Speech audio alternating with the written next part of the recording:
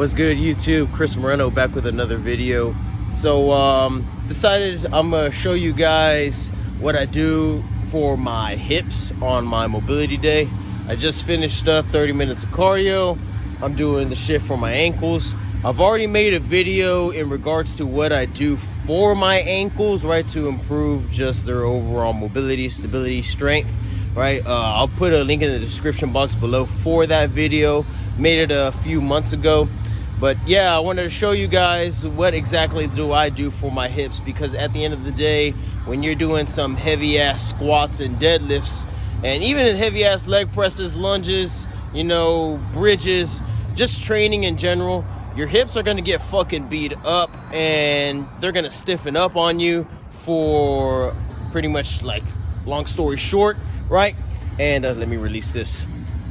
And yeah, you want to make sure that you're doing everything that you can to keep your hips, you know, fucking, you know, as strong as possible, as stable as possible. You want to bulletproof yourself. So I'm going to show you guys exactly what it is that I do for my hips. I'm going to show you guys, of course, the stretches that I do, and then, of course, the strengthening movements that I do as well. At least some of them, of course, because there are numerous things that you could do. And at the end of the day, we're all built differently. So I'm not gonna sit here and lie to you guys and say, like, sorry, the camera stopped recording, but I'm not gonna sit here and lie to you guys and say that, like, hey, this is going to be everything that 100% all of you need. All of this stuff may work for some of you. Some of you may need a little bit more. Some of you may need something completely different. But again, I'm just showing exactly what works for me. And again, you guys can just let me know if it works for you, but stay tuned for that. All right, guys. So, of course, I'm doing this as I'm recording it, but I'm gonna first show you guys the order of the movements that I do it. But then, of course, you know, I'm gonna have to then go back and do it, because I'm not gonna sit here and hold it for 1 to 2 minutes, right? But the first stretch you're gonna do is this side laying quad stretch. So instead of you just standing up and pulling your leg, right, or you're doing this shit, and I say shit because by doing that variation of a stretch, it is possible to hyperextend at the lumbar spine, right, and hyperextend at your lower back, and you don't want to be having that excessive arch in your lower back, just because that's not necessarily a strong position for a lot of people. And whenever you go in positions that you're not strong in frequently, depending on how you're going into that position, injury can happen. So yeah, always make sure you're moving with control. But again, you're gonna first start into this hip 90 position, and then from here, you're gonna come down to your elbow initially.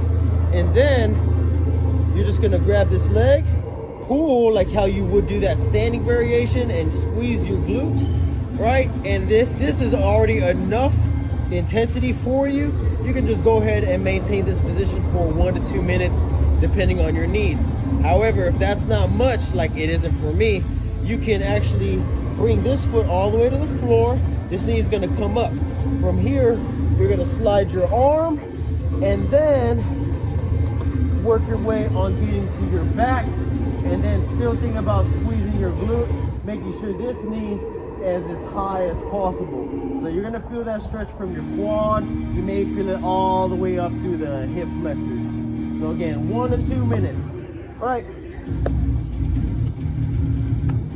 Each side, of course. Never just do one side, always do both sides. So this next one is just gonna be a little hamstring stretch.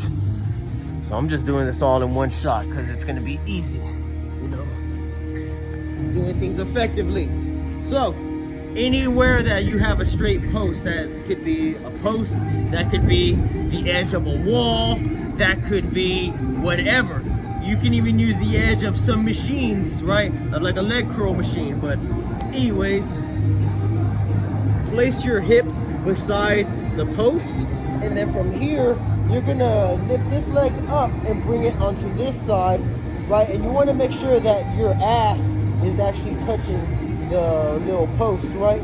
So once you do that, you're gonna lightly Think about driving this heel through the post, dorsiflexing at the ankles, right, while keeping this leg locked out.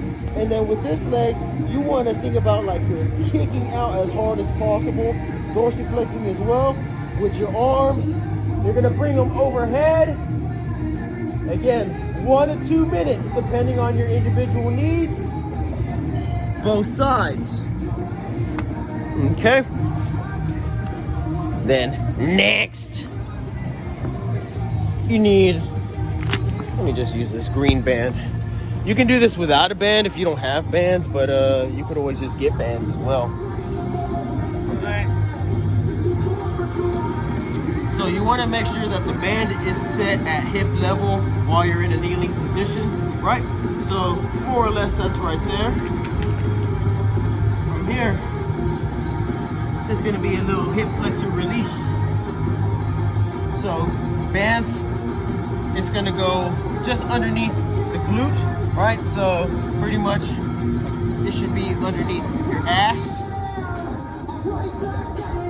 And then from here, you're gonna go back just until you create a good amount of tension while you're in this kneeling position, right? And then from here, you're gonna think about squeezing this glute on this side, right? And then from here, unless you feel the stretch diminishing, right? Bring your foot to the outside, right? So with this back leg, you're gonna bring your foot to the outside. Again, if you start to feel the intensity of the stretch die down, go back to that initial position. This is just better for you, right? But again, internally rotating at the hip on this side. I'm squeezing. From here, I'm just gonna begin to rotate towards the leg that's to the front, just until I really feel it all right here. Once you get that sweet spot, we're then going to reach over, bending towards this hip.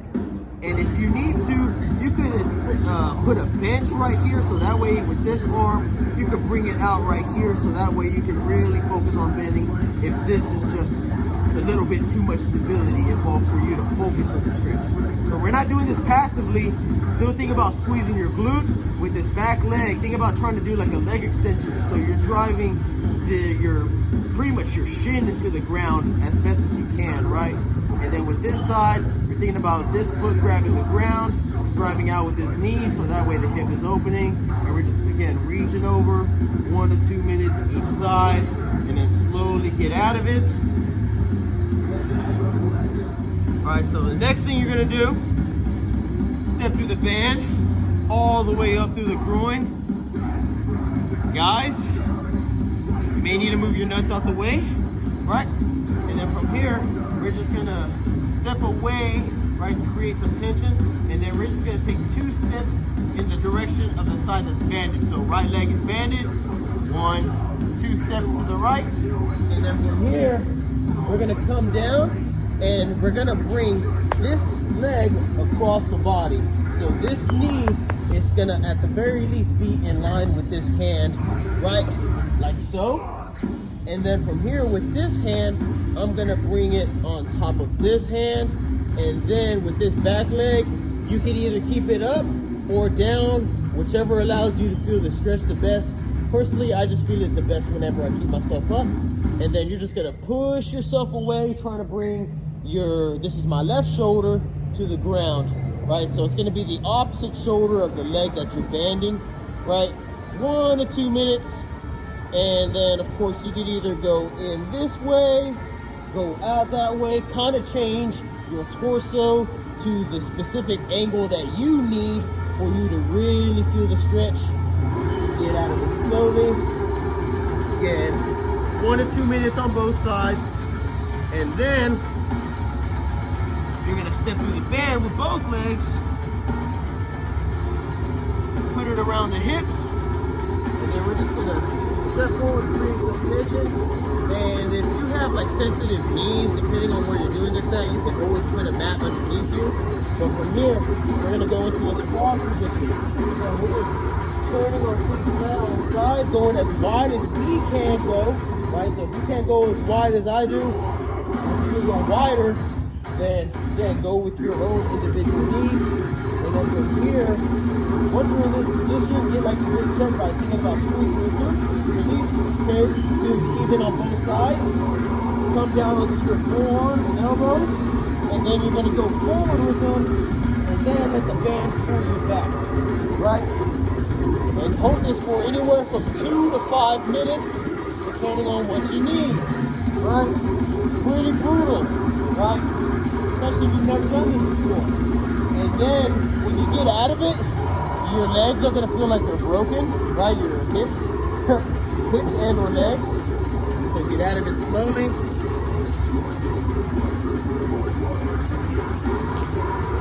And of course, that should make you feel good, right? You could always get a little retest by seeing how a squat feels, seeing if everything's opening up, right? And if you're still feeling tension elsewhere, that just means you need more shit to do. So yeah, guys, this is like the feel good part of it. And then now there's some strengthening portions of this. So I'm just gonna show you 3 quick drills. This first one is just gonna be some feet turnouts. So with our upper back, we want to be as wide as possible. It helps if you just do like a little lat spread, right? Keeping that upper back as wide as possible. You're gonna keep your legs as straight as possible, squeezing your glutes, clamping down at the feet. You're just gonna work on turning out as much as you can, and then work on turning in. Again, keeping your legs locked out. You should feel your hamstrings. So what you want to think about is visualize like pins stabbed into your hamstrings, and someone is turning those pins to turn your feet out and inward. Well, it's more so going to be like pushing, because again, you're stabbed in. So you'll do anywhere from, it could be as low as 5 up to 20 reps, depending on your individual needs. And then you'll do the same thing, close stance, right? Still doing that little lat spread, having a wide upper back, grabbing the ground, legs are as straight as possible. And you may notice that one side it's easier to do this than the other. This lets you know you have some things to work on. Myself is my left side is trash compared to my right side. So again, 5 to 20 reps. And then after that, you can either do this on a bench, but again, just to keep it simple, you can come down to the ground, and then all we're doing for 1 to 2 minutes, right? Especially if you're weak on this, you would want to go closer to 2 minutes. But if this is kind of easy for you, 1 minute will be all right. So we're pushing into the ground, being as upright as possible initially, and then all we're gonna do is just raise up and then the other. Making sure we're having a pause at the top of each rep, but as you're doing this, you're just walking out on getting wider each time. Let me turn this way just to keep my feet on the same level, right? So that way we're strengthening the hip flexors, right? Because again, we need to make sure that those muscles are strong. The entire time with your hands, you're pushing into the ground, you're bracing. So you're only gonna get as much out of this as the effort that you put in. You do it all, then you're not gonna get shit out of it. Push into the ground and lift up like you're trying to get better. We're not trying, you're going to get better. So you gotta watch how you speak. But yeah, 1 to 2 minutes of that, just walking out and in, so that way we're covering everything. And then the last one, any heel elevated squat will do. So there we go in. Got some good sun, good vitamin D. So as long as you have an elevated platform, this will work. So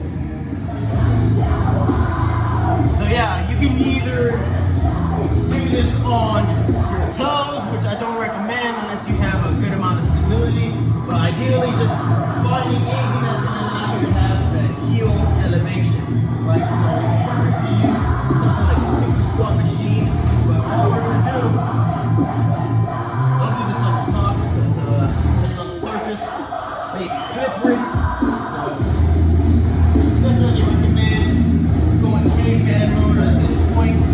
Ideally, you want to be caveman mode the entire time. So again, setting your feet to what's comfortable for you in regards to a squat. However, since we're doing this for mobility purposes, we want our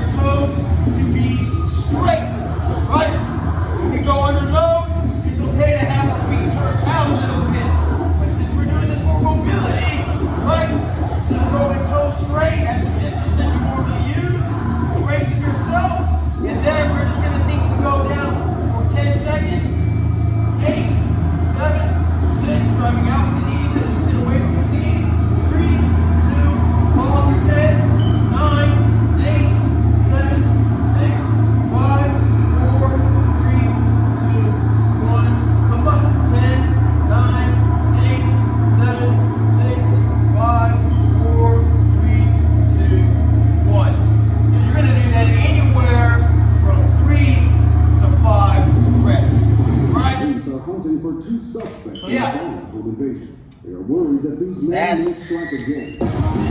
The routine. Try it out. Let me know how it makes you feel. But again, a lot of these things is not going to be a one-day fix, just like most things in life. It's not going to be just do it one time and then you don't have to do it ever again. These are things that you got to keep on building on. Just like with the strength training movements, right? Let's take a barbell flat bench press.